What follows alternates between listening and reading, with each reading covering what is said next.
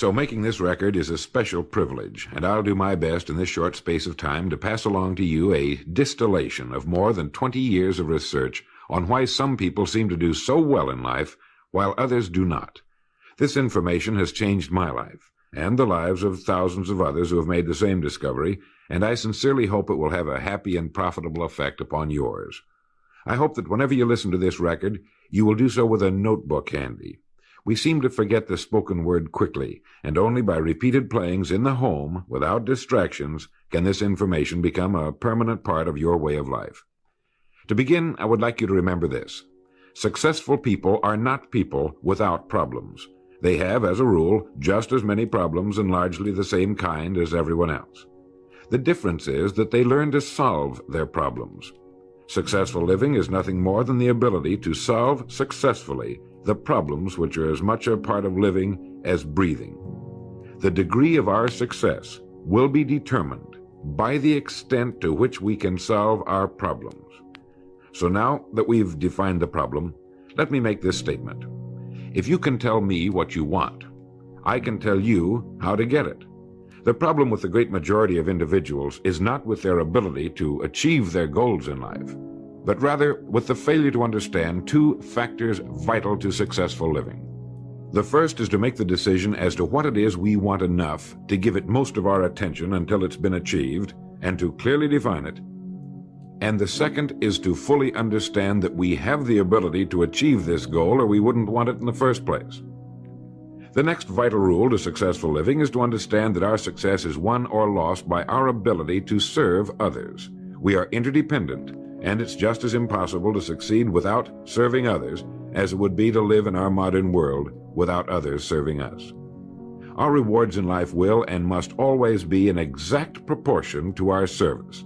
It is the misunderstanding of this single law which, in my mind, is responsible for fully 90% of the frustration and discontent we see around us. In your mind's eye, get a picture of a giant apothecary scale, the kind with the cross arm from which hang two large bowls on chains. One of the bowls is marked rewards, the other service. These bowls will always be in perfect balance. Now, a lot of people don't like this law, if they're even aware of it, but not liking a law does nothing to change it. The basic laws of nature and economics are unchanging. If we're out of step with them, we are, as Thomas Huxley put it, checkmated, without haste, but without remorse. But to those who know and work with the laws, he said, they are paid with the overflowing sort of generosity with which the strong delight in strength. Now, there are two kinds of rewards, or income. One is psychic, the other is real, or tangible, such as money or property. If a person doesn't like his income, all he has to do is take a good long look at his service. The fact that the many individuals in the fields of science, religion, teaching, and so on must measure most of their rewards in the realm of the psychic does nothing to alter the fact that their rewards will be in exact proportion to their service. Look where you will find this law in undeviating operation. Our rewards will always be in exact proportion to our service. Good examples of this are World Book and Childcraft.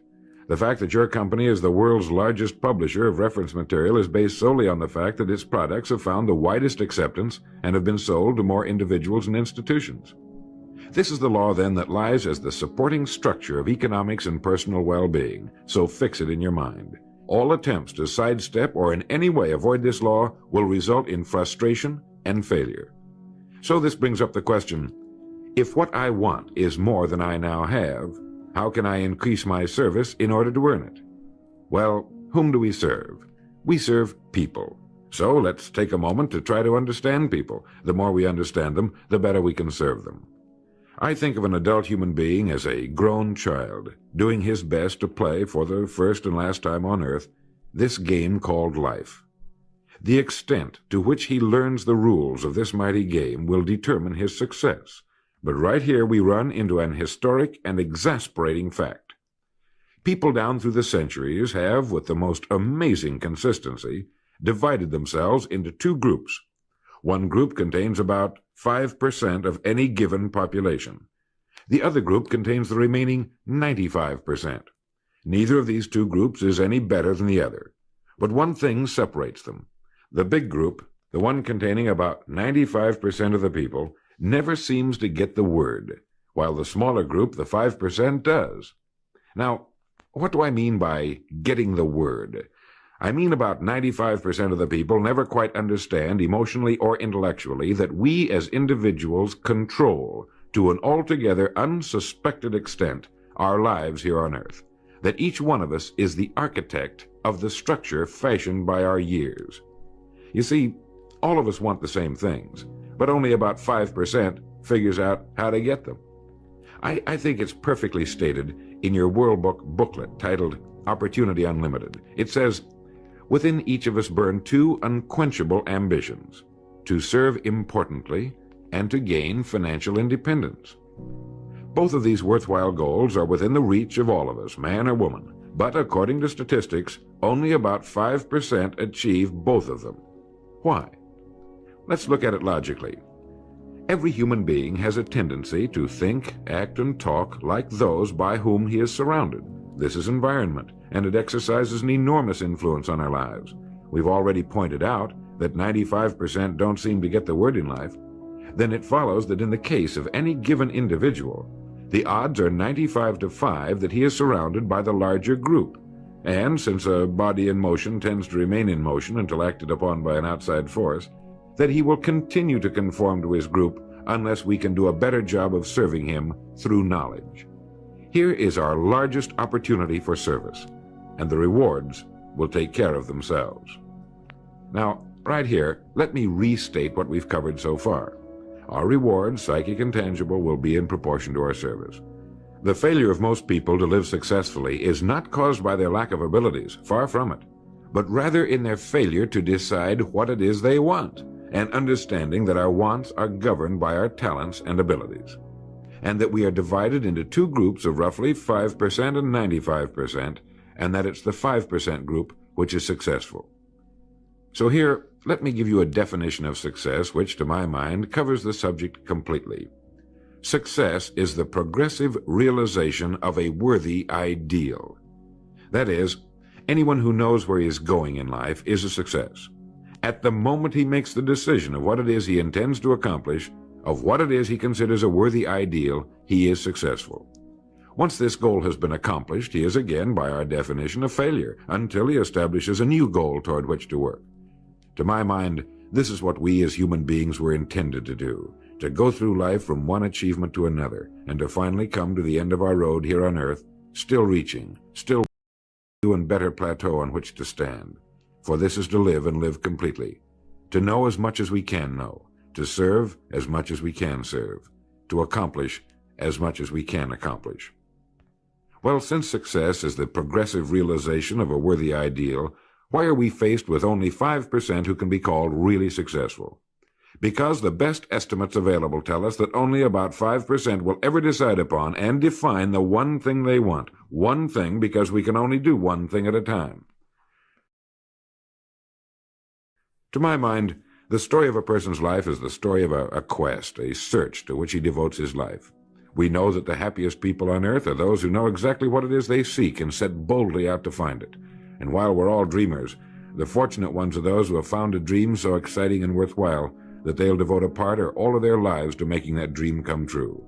But while all dream, by far the great majority, that 95%, never realizes that a persistent daydream is often the point on which we should set our compass, the place toward which it is meant for us to journey. The tragedy is that the great majority shrugs off this built-in direction finder and returns to the wide, visible, well-marked road in life which they feel must be the best road because it carries the heaviest traffic. Well, let's make this point clear. The road in life with the heaviest traffic is not the best road to follow, for it is the road of the 95%. It is the road with no more opportunity, and with 19 times as much competition. Let me very briefly tell you how I got started on this business of making a study of people and why they wind up the way they do. I spent nearly 20 years looking for the secret to achievement. I didn't know it was older than the pyramids and had appeared in more than 50 million books. It started in 1933 during the last Depression for me. I was bothered by the difference that existed between what I had been told and what I could see around me. For example, I had been told that man was God's noblest creature and had dominion over all the earth and all its other creatures. I knew this was true, but in my neighborhood the creatures were eating better than we were, and I wanted to know why so many were poor when there was such abundance on the earth. They had no money, but there was still as much as there had been a few years before. Where had it gone? They had little education, yet education was on every side of them. They had very little food, yet it was raised in abundance. They lived in inadequate and ugly dwellings, yet there were good homes for sale. Well, it was apparent to me that these people didn't have the answer to the problem. They were good people, but they didn't have the answers. Here were people who were discouraged and confused in a world which should have been filled with challenge and excitement. It's true that we were in a period of general depression, but to the thinking individual, this represents another problem to be solved, another challenge to overcome. And to many, it was the thing that sparked their greatest accomplishments. I remember reading something once about discouragement. It was a fable about a devil's sale, and he had his many wares on display. There was the rapier of jealousy, the dagger of fear, the strangling noose of hatred, each with its high price. But on a purple pedestal, gleaming dully in the light, was a worn and battered wedge. This was the devil's most prized possession, and it was not for sale, for with it alone he could stay in business. It was the wedge of discouragement. Well, as I remember it, the people in my neighborhood were a pretty discouraged lot. Now, discouragement can only come from one of two things. One, a lack of information, or two, a situation over which we can exercise no control. It is very seldom that we're faced with number two. Almost all discouragement can be traced to a lack of information. If you find yourself falling from the top of a high building, you could justify discouragement, but it can be traced to your having made the fatal step, and that was a lack of information about the law of gravity. When I asked these people why we were in the fix we were in, they did a very human thing. They blamed other people. They looked everywhere for the answer except where it really was, within themselves. These were the 95%. And I decided to find out just what it was that separated the haves from the have-nots, not just in a financial sense, but in every sense. I found the answers in books written by great men. I found the answer in the Bible. Why didn't these people of whom I speak know the answers? They didn't read good books. They didn't read the Bible. Everyone owned one because it was fashionable, like a set of Shakespeare. That either. They were discouraged because they lacked information. They didn't know the rules of this game called life, and they had been checkmated, without haste, but without remorse. They didn't realize that without a goal, an aiming point, we're without purpose or direction. They clung together, feeling somehow that there was safety in numbers, without realizing that in this case, just the opposite is true. They didn't know that if we conform to the big group, the odds are 95-5 that we'll miss the boat in life in almost every vital and important aspect of living. To prove this, you need only take a look at human history.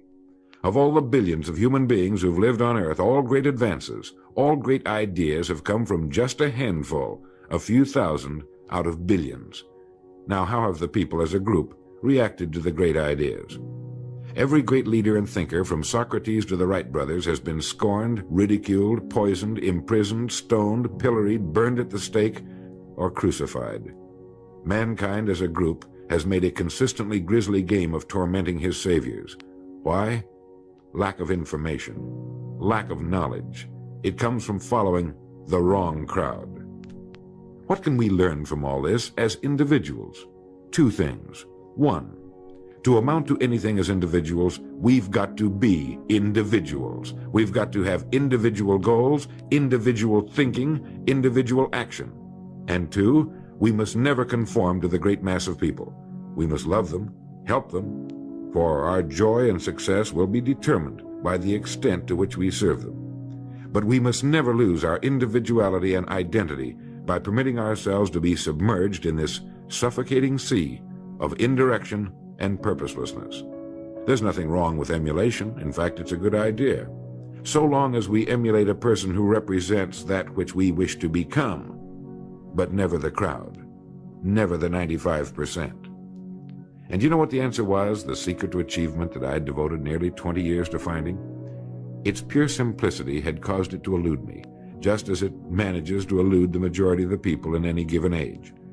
I had been looking for something complicated, something only a mind prepared by years of study could grasp, and I found the answer so simple a child can understand it. In 6 words, we are what we think about. Our minds, our thinking controls our destinies here on earth to a degree totally unsuspected by the great majority of people. When you think about it a moment, it becomes so obvious, so clear and simple. Well then, if we become what we think about, and if we can control our minds, we can pretty well tell our own future. And that's the point I want to make. That's what I meant when I said earlier that each one of us is the architect of the structure fashioned by our years. This means that if we're confused about what we wish to become or accomplish, our lives, our environment will mirror that confusion. It also means that if we know what it is we seek, that it must be accomplished. Barring an act of God or a catastrophe over which we have no control, we as individuals can call our own shots for the rest of our lives. We can know what it means to go through life from one success to another, to play life according to the rules and reap the rewards. We can know what it means to have peace of mind and live calm, cheerful, successful lives. You are at this moment the sum total of your thoughts to this point, for there is nothing else you can be. And 5 years from now, you can be and have anything you set your entire mind and heart upon.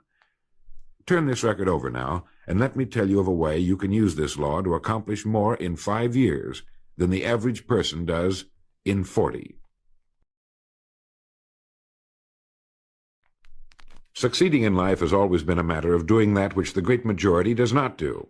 Now let's keep this in mind as we get into this business of goals. It isn't that I want to make an invidious comparison between the 5% and the 95%, not at all. That's just the way it is, and if we don't recognize it, it will be to our cost. At the beginning of this record, I made the statement, if you can tell me what you want, I can tell you how to get it. You see, the trick is not in achieving our goals, it is in establishing them. A ship would never leave a harbor if it did not have a destination. An industrial plant would never open its gates if it did not have a product or a purpose. Football would not be played without goalposts, nor would baseball without a home plate. Every business operates for a purpose. Every game has a reason. Getting back to the analogy of our ship, if you were to climb to the navigation bridge and ask the captain the name and location of his next port of call, he would tell you immediately. There's not the slightest doubt in his mind. Can you tell anyone your destination just as quickly and in one sentence? The captain of the ship knows that he can arrive at only one port at a time. He knows that it's impossible to arrive at two. Do you know that? He also knows that his destination will be invisible for fully 99% of his voyage, but he knows it's there, and that he'll reach it, barring an unforeseen catastrophe, if he will just keep doing certain things a certain way every day. One fine morning his destination will appear on the horizon. He'll sail into port, his voyage successfully completed.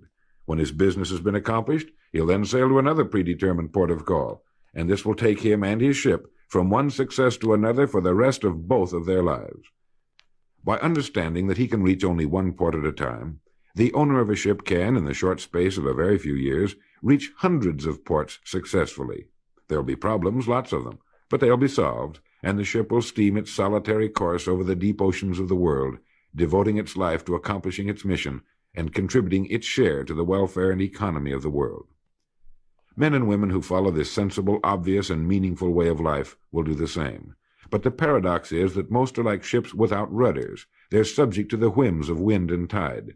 And while they hope they'll one day arrive in a rich and bustling port, you and I know that for every narrow harbor entrance, there's 1,000 miles of treacherous and rocky coastline. The chances of their just drifting into port are 1,000 to 1 against them. These are the unfortunate people who, not knowing the rules, believe that circumstance controls our lives. They believe in luck and superstitions, fate, the breaks. They believe that success comes as the result of who you know, not what you know. And while they cling to their false alibis, life passes them by, for the rules of life are just, and they are checkmated, without haste, but without remorse. Now what about you? Remembering that the definition of success is the progressive realization of a worthy ideal, what's the ideal toward which you are working, now, today, yesterday, and tomorrow? Can you write it in one sentence? Is your goal sharply and clearly defined? Now, for a moment, let's return to the message in your booklet, Opportunity Unlimited. It reads, "Within each of us burn two unquenchable ambitions, to serve importantly and to gain financial independence." The first of these two desirable goals you've already achieved by being in the World Book Childcraft Organization. Now let's take a look at the second ambition, financial independence. I mentioned on the first side of this record that I could tell you how you could be and have anything you set your mind on in 5 years. To better understand this, you must examine one of the most overlooked facts in the world. It is that every job, no matter what it may be, holds somewhere within itself the key to everything we want in life, the key to greatness. But we must look for it, and we must think. Since only about 5% make the grade, we must place ourselves in this percentage group. We can do this by making 2 decisions. The first is to decide once and for all that this is what you're going to do for a living, that this is going to be your career, since its opportunities are unlimited and it's constantly growing with our dynamic economy and our exploding population. In the past 13 years, World Book sales have increased 800%, and even this enormous volume is expected to double in the next 5 years or less. I think you can easily see that by being in this business now, your future is unlimited in this organization, both from a career and economic standpoint. It is being undecided, uncommitted about what we're going to do that keeps us from doing our best. We're working with one hand and looking around with the other. As a result, we do neither satisfactorily. And remember, this work contains within it the road to greatness, the key to anything you want for yourself and your family. Hundreds of people have already proved this in the last few years, so make the decision once and for all. Once this has been made, you'll feel as though a weight has been lifted from your mind. Perhaps for the first time in your life, you'll know where you are in the world. You know you have a place where you can serve, where you're needed and respected, where what you're doing is important. Once this decision has been made, we come to the second. Decide to become a professional at your business. You see, we can either compete or create. If we compete with all the other people in our line of work, we must be willing to accept the same rewards. If that's what we want, fine. But if we want to become professionals at what we do, then we must create. And when we begin to do this, there's no limit to that which we can achieve. We hear a lot these days about a word called security. Everyone wants security, but not 1 in 10 can tell you what it is. Most people will tell you that security rests with a job. This is impossible. There is no such thing as a job that represents security. Anyone with a job can lose it for any one of 1,000 reasons at any time. Those people I saw back in 1933, demoralized and afraid, thought that a job represented security. And when it had been taken from them, they had lost everything. They found themselves lost in a world they didn't understand. No, a job cannot represent security. There is only one place on earth you can find security, and if it isn't there, it isn't anywhere. It's inside of a person, never outside. If a man has security inside, where it belongs, his wife and children can feel it when he sits down to eat with them, and they're warmed by it. If a man has security inside where it belongs, you can see it walking down the street, and you can feel it when he enters a room. That's security, and you can't take it away from him. You can take away his money, his home, everything but a wife who's willing to start over, and most of them are, and drop him anywhere in the country. Go back in a year, and he'll be doing just as well as when you found him the first time. You can't keep a good man down, no matter what you do to him. Like cream on milk. You can shake it all day, but just set it down for a while, and it'll bounce right to the top again. This man or this woman has security, where it belongs. And do you know where it comes from? It comes from doing what we do for a living surpassingly well. It comes from being a pro in a world of amateurs. Becoming a pro isn't difficult. It comes from knowing what to do with time. It comes from knowledge, planning, and working. First, knowledge. This means learning everything we can about what we sell, about World Book, Childcraft, and our sales material. Learning everything we can about people, since that's who we sell, and learning everything we can about selling, since that's our profession. What we sell, who we sell, and how to sell. Those 3 subjects would fill a large library, but we can take things one at a time, and by devoting an hour a day to study, we can become outstanding professionals in 5 years or less. And it's the professionals in this business who can write their own tickets, good times or bad. They can live where they choose, and, being professionals, work when they choose. Second, planning. This means writing down the specific goal we're now working toward. It means writing in detail about the first port of call we want to reach, realizing that we can only reach one at a time. It means selecting the income we feel will represent financial independence to us.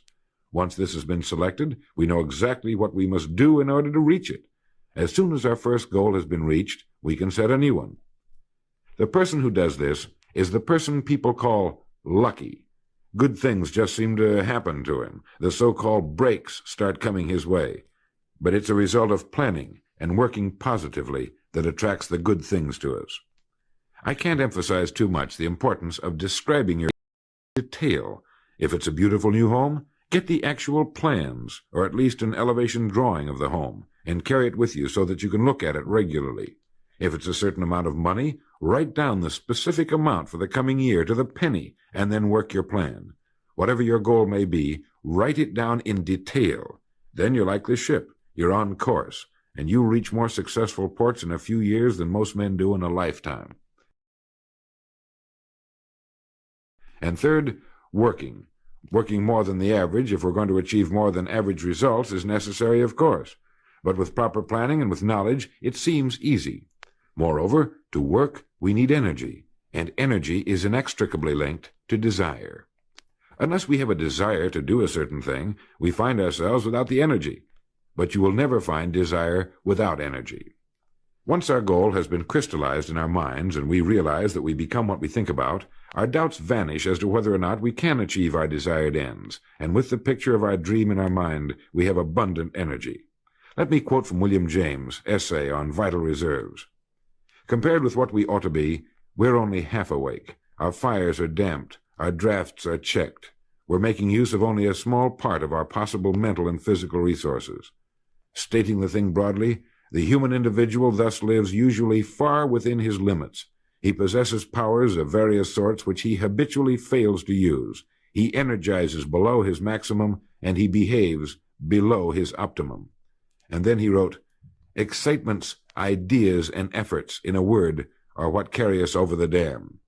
He goes on in this excellent essay to point out that we have deep reservoirs of abundant energy that we habitually fail to use, and that by pushing past the first false feeling of fatigue, we will find an exhilarating second wind that will take us to our goals. This is why in studying the lives of the world's great men and women, we find they seem to be indefatigable. Work meant nothing to them, because what they were doing, where they were going, filled their entire worlds. Frequently, people find it difficult to establish a goal toward which to work. Realizing that we cannot be successful without a goal, here's a good way to solve the problem. Get off by yourself, and where you can think without being disturbed. Then write on a sheet of paper a complete description of the person you would like to be, and the things, in being this person, you would have. Once this has been done, start acting the part of the person you wish to become. Carry, as often as you can, a clear mental image of the person you want to be, and begin to be that person.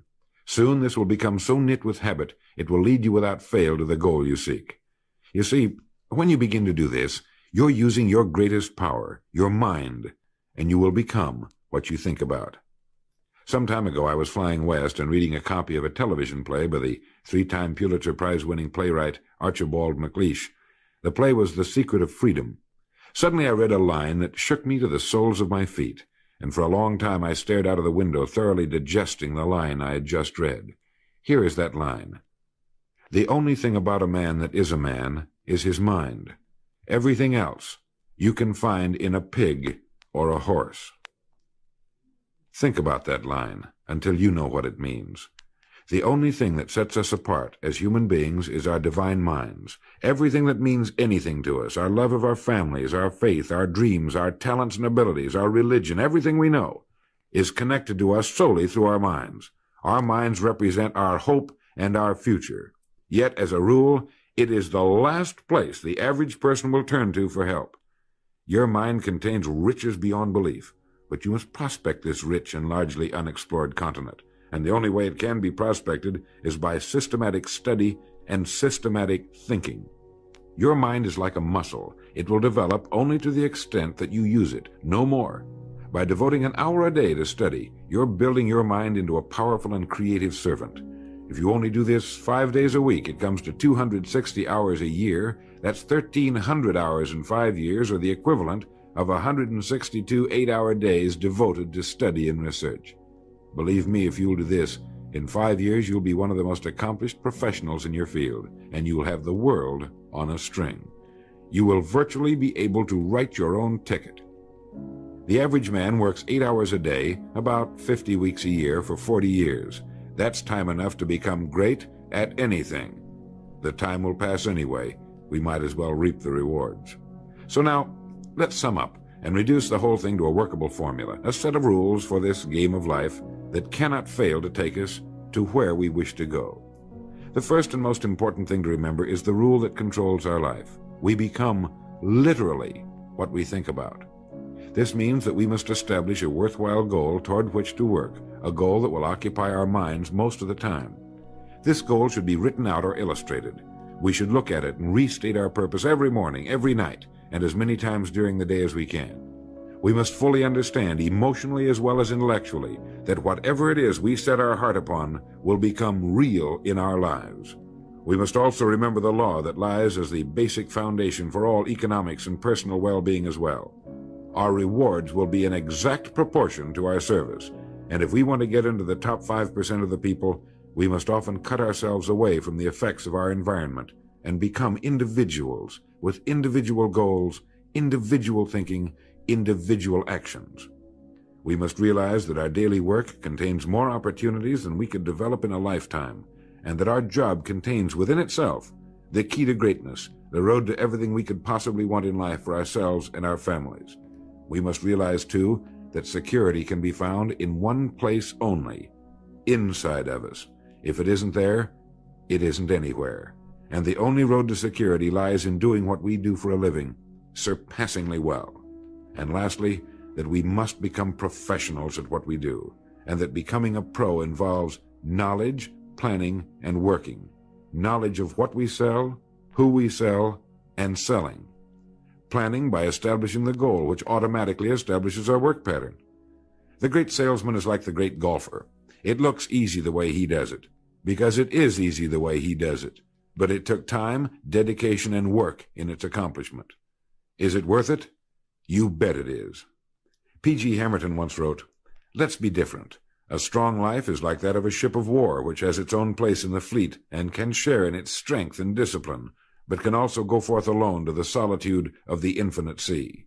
We ought to belong to society, to have our place in it, and yet be capable of a complete individual existence outside of it. And remember the strangest secret, will you? You are now, and you will become, what you think about." Thank you.